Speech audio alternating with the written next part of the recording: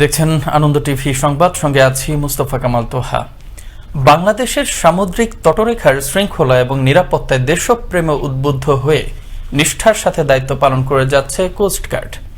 এরই ধারাবাহিকতায় সুন্দরবন ও মাছরাঙা অভয় রক্ষায় নিরলসভাবে কাজ করে যাচ্ছে বাংলাদেশ কোস্টগার্ড পশ্চিম জোন। কোস্টগার্ডের এমন কর্মতৎপরতায় নিরাপদে মাছ ধরতে পেরে সন্তোষ প্রকাশ করেন জেলেরা। তারা ধন্যবাদ জানান প্রধানমন্ত্রী শেখ হাসিনাকে। বাগেরহাট থেকে শিহাবুদ্দিন রুবেলের প্রতিবেদনে আরো জানাচ্ছেন শওকত সাগর।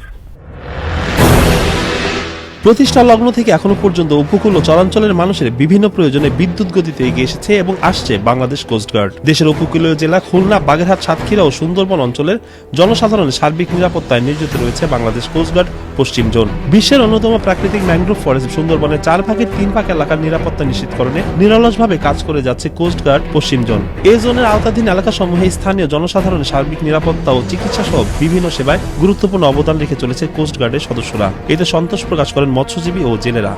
ডাকাত যখন আসে আমরা যদি কোস্টগার্ড জানানো করে, এরা আমাদেরকে সহযোগিতা করে, আমাদের পাশে যে দাঁড়ায়, ত্রাণ দেয়, মাঝে মাঝে ত্রাণ দেয়, বিপদাবস্থায় সবসময় পাশে থাকে।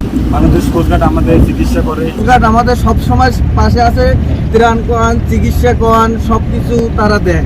সুন্দরবন সংরক্ষণ ও সুন্দরবনের অভ্যন্তরীণ সকল ধরনের অবৈধ কর্মকাণ্ডের প্রতিরোধ করার লক্ষ্যে কোস্টগার্ড পশ্চিম জোন নিয়মিত অভিযান অব্যাহত রেখেছে এবং ভবিষ্যতেও থাকবে, জানালেন কোস্টগার্ডের এই কর্মকর্তা।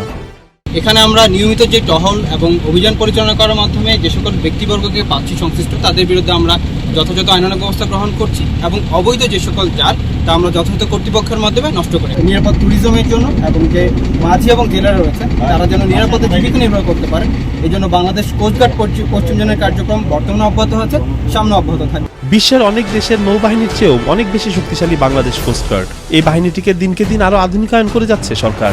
আর সরকারের এমন অবদানে উদ্বুদ্ধ বাহিনীটির সদস্যরাও। তারা উপকূলের কর্মহীন দুস্থ মানুষের বিনামূল্যে চিকিৎসা সেবা ও প্রয়োজনীয় সামগ্রী প্রদান করা সহ বিভিন্ন সেবা এভাবে নিয়োজিত থাকলে আরো নিরাপদে থাকবে উপকূলীয় ও চরাঞ্চলের জনসাধারণ।